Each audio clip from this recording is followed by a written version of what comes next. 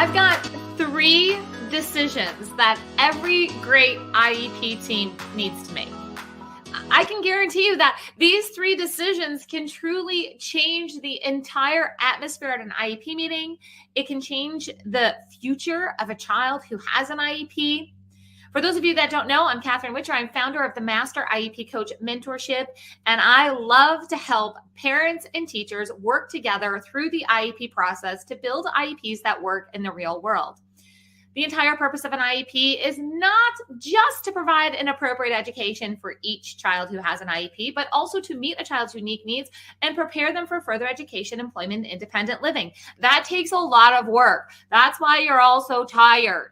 So let me give you 3 things that aren't going to add pressure onto your list. They're actually going to help you simplify what can happen next. So let's jump right in. Number 1. An IEP team needs to decide to prioritize what goes into the IEP. If you just went, yeah, I know, I'm trying all the time to figure out what needs to go in there. But you have to make a decision that not everything is going to go into the IEP. Not everything that a child needs to be prepared for further education, employment, and independent living. Not everything can fit into an IEP. A child's only in school for so many hours. There's only so much time that we can implement, IEP minutes into a child's day. So we have this limited time at school, and we have to prioritize what is going to have the most impact, both short-term and long-term. And how we decide that is really important. It's important for an IEP team to make the decision to prioritize by taking in multiple data points and multiple perspectives, which means that things like a parent input statement, a parent vision statement, parent educational concerns, whatever you want to call it. Okay, first of all, I'm going to tell you, no matter what state you're in, that section exists and it needs to be magnified within the IEP process, because the parent perspective is so very important, not just because of what's happening right now in the child's life, but they're the ones who are going to be making decisions long term. So you have got to learn how to create a fantastic parent input statement. That's another topic for another day, but just know it should exist. So if we're taking in the parent perspective and we're taking in the current data and we're taking in what the school is legally obligated to do when it comes to curriculum and meeting state standards and all the things that teachers and administrators have to deal with. When we take all of these things and we put it together, and we have the child and we have the parent and then we have the school team, and we put all that together, we can start to prioritize what is going to have a domino effect, meaning how am I going to prioritize what goes into this IEP so I can maximize the time in the child's school day and get the most benefit. So when they learn this skill, then naturally the next skill is going to happen.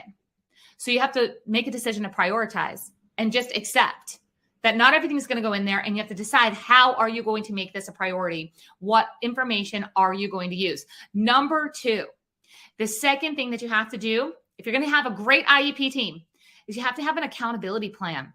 Who's ever walked out of an IEP meeting and went, that was great, and then like 90 days later, you're like, who's doing this? What's going on? I don't really even know what's happening. And I'm not just talking about parents. I'm talking about teachers too. All right. Everybody has felt that. Let's decide not to feel that again. Let's decide that when you go to the next IEP meeting, that you're going to be very clear, not only what your role is, but what other people are going to be doing to make sure that this IEP comes together. So this accountability piece, it's so much more than just saying like, well, here's a speech goal and the speech therapist is in charge of taking data. In addition to speech, there's most likely some visual schedules or some different types of materials or books or things that need to, happen to ensure that the speech therapy is effective or that it's being generalized throughout the entire school community. There are other things beyond just gold data that require accountability. We need an accountability plan. Parents have accountability, teachers have accountability, therapists have accountability, admins have accountability. Everybody has accountability. Nobody's talking about it. Nobody's talking about it and then saying like, okay, who's doing what? And then writing it down. Write it down. Write down the accountability plan. Don't leave the IEP table without that. I would rather have 5 things decided on at the IEP table with a really strong accountability plan than 10 things just kind of verbally said like, yes, we're all going to do this, and then walk out of the room and have no idea what's going to happen. Take the time to build the accountability plan. Third thing, every great IEP team makes the decision to report to each other early and often. Here's what this means. You are not waiting till the progress report. You're not waiting till the annual review. You are not waiting till the deadline to communicate what is happening, not just in the IEP, but throughout the child's school day. There are things that come up outside of the IEP, right? Yeah, that's part of what makes the IEP so difficult, is that it can only hold so much and there's so much other stuff that's happening. So how are you going to decide to report to each other that positive feedback, that constructive criticism, that data for the IEP goal before you realize the whole semester went by and whoops, this is not working? How are you going to report that things are going well and we need to move on to something else, or that priorities have changed? So reporting early and often means not waiting for the deadline, reporting on things that are in the IEP, and also reporting on things to each other. And notice, I'm not just saying communicating, because communicating, hey, what's up? Yeah, Johnny had a great day at school today. That's communication. I'm talking about actually reporting, like, hey, let's sit down and talk about what's happening. Like, let's do a little report back and forth of what's going on. And again, it includes positive, it includes negative, it can include constructive criticism, it can include progress, it can include like, oh, things have been overwhelming. We haven't gotten to this goal yet. That's not good. What are we going to do next? This open and honest communication in a form of reporting back and forth, more of a formal conversation than just, hey, I checked in with them, is really key to an IEP team not feeling the pressure of an annual meeting with a bunch of surprises of what's really going on. And it's more than just that, hey, how you doing, and passing it, in between classes, whether it's staff that's talking in between classes or it's parents who are talking through the carpool line. It's more than that. Those things are important too. But if you put more formal kind of reporting conversations, but I'm calling it reporting because I just don't want the check-in. If you put more of that in there, some of you just went, oh my gosh, but then that's more work. No, actually, it's less work in the long run. Because those hours and hours and hours and those tears that you've cried and that exhaustion that you've felt and that overwhelm that steals your day, these three things help you eliminate doing a little bit of reporting early and often and not having to go, oh man, I didn't even catch this and 9 months went by. And now how am I going to spin this information? And that, again, I'm not talking specifically about teachers or parents. That's everybody at the IEP table has had something kind of slip by that we didn't pay attention to, that we decided somehow at some point that it was really important, but then it wasn't. You know what? Maybe it was something that could have been taken off the to-do list because it wasn't important, because it was a priority and then it was not a priority. But if we would have communicated, then we could have taken it off. There's so many different ways that this plays out in a way where it ends up being less work. So I want to encourage you, take these 3 steps starting now.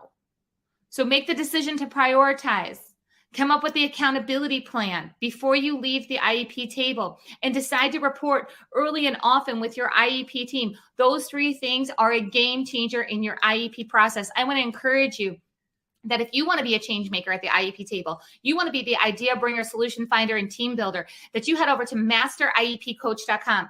Right now, we have several different things that are happening for those that want to become a master IEP coach. Master IEP coaches, they do a lot of different things. Sometimes master IEP coaches are teachers and they want to stay in their role, but they want to get really, really good and maybe get a promotion or some additional kind of leadership within their school system. Master IEP coaches are also parents who want to be the leader at their child's IEP table. Sometimes master IEP coaches want to help other people. They want to create some income by becoming a special education consultant, or they want to become a speaker, or they want to sit at IEP tables helping others, parents and teachers, build IEPs that work. I show you how to do all of that inside of the Master IEP Coach mentorship. You can see that at masteriepcoach.com. We even have opportunities for you to learn online 100% because, hello, you have a busy schedule. Or if you're like, I can hop on a plane and leave for a weekend and go learn about IEPs and figure out how to become a Master IEP Coach and make a difference. We've got live conferences that are happening around the country. Our next one is in Milwaukee in July. It's amazing. I'm going to take you guys on a cruise boat to down the river, Milwaukee River, into Lake Michigan and have a taco bar. We're going to talk IEPs. We're going to learn about how to build a business that employs adults with disabilities. We're going to have author Kate Sweats in there. We're going to talk about IEP process, of course, We're talking about what you want to do as a master IEP coach. There's so many different ways that you can learn, engage, and use your skills in special education to create change and get paid for your expertise, whether that's staying in your current role or it's moving into a different role. Again, I'd love to see you over at masteriepcoach.com. Remember, take those 3 steps, change the direction of your IEP team. You can do this. You got it.